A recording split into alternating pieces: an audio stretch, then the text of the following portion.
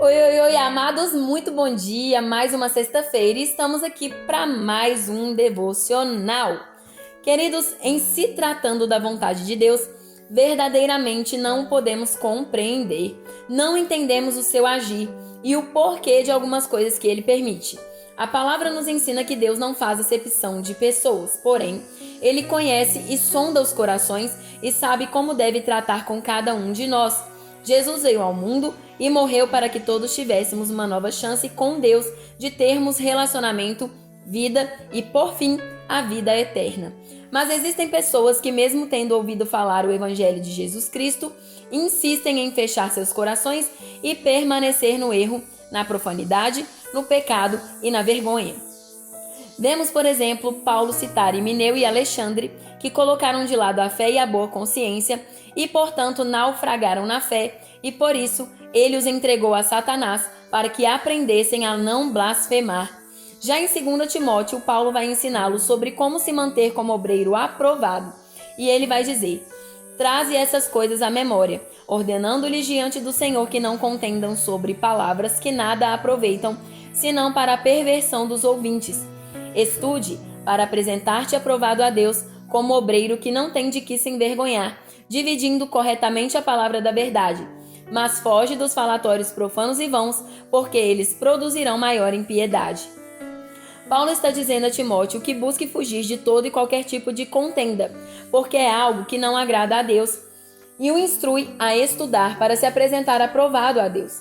Hoje em dia, além de se manterem nas contendas e criarem contendas, e muitas vezes usando a própria palavra de Deus, os irmãos não estudam, antes são envergonhados pelas suas próprias palavras e atitudes profanas e vãs que os apresentam como eles realmente são.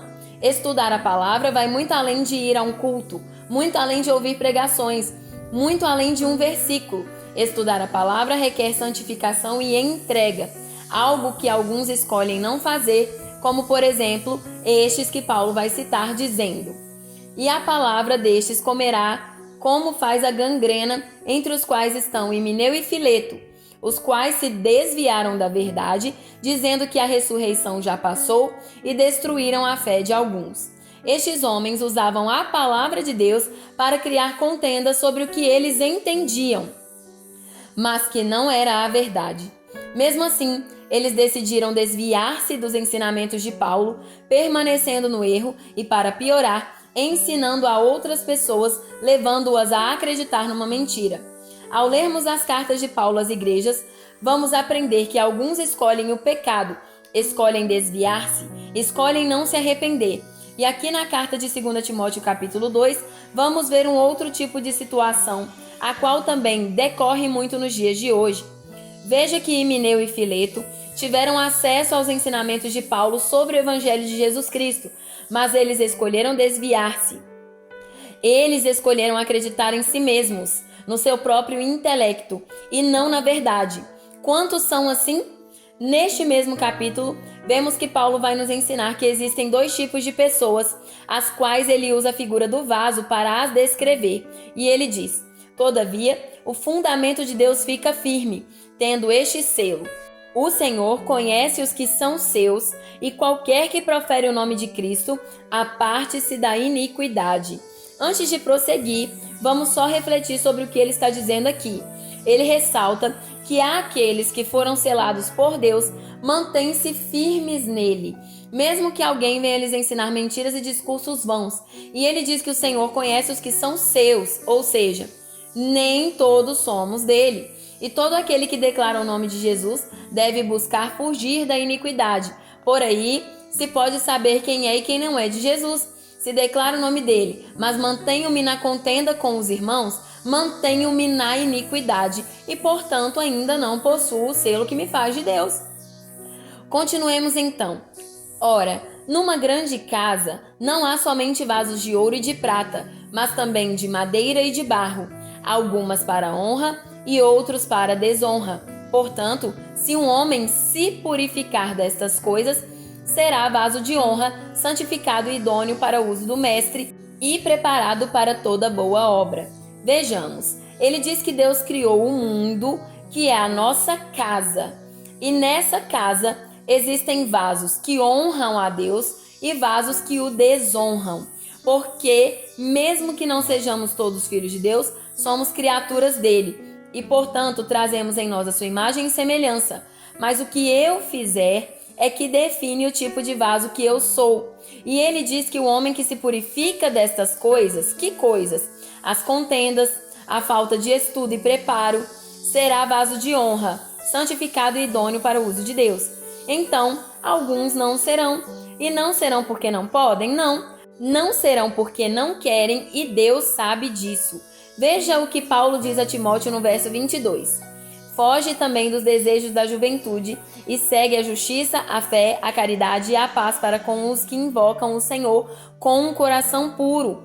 Então, alguns têm um coração puro, outros não, e Deus também sabe disso. O arrependimento está disponível para todos, mas não são todos que o irão escolher. Alguns porque realmente não querem o que vem com o arrependimento, e outros porque Deus conhece o coração e eles estão em oposição a Deus e, portanto, o Senhor não lhes deu ainda o arrependimento. Então, apesar do arrependimento estar disponível para todos, alguns ainda não estão no tempo certo para receber o arrependimento que vem de Deus. Veja o que Paulo vai dizer. E aos servos do Senhor não convém contender, mas ser manso para com todos os homens, apto para ensinar, paciente, instruindo com mansidão os que se opõem, a ver se, porventura, Deus lhes dará arrependimento para conhecerem a verdade e voltem a si, livres dos laços do diabo que os mantém cativos e submetidos à sua vontade.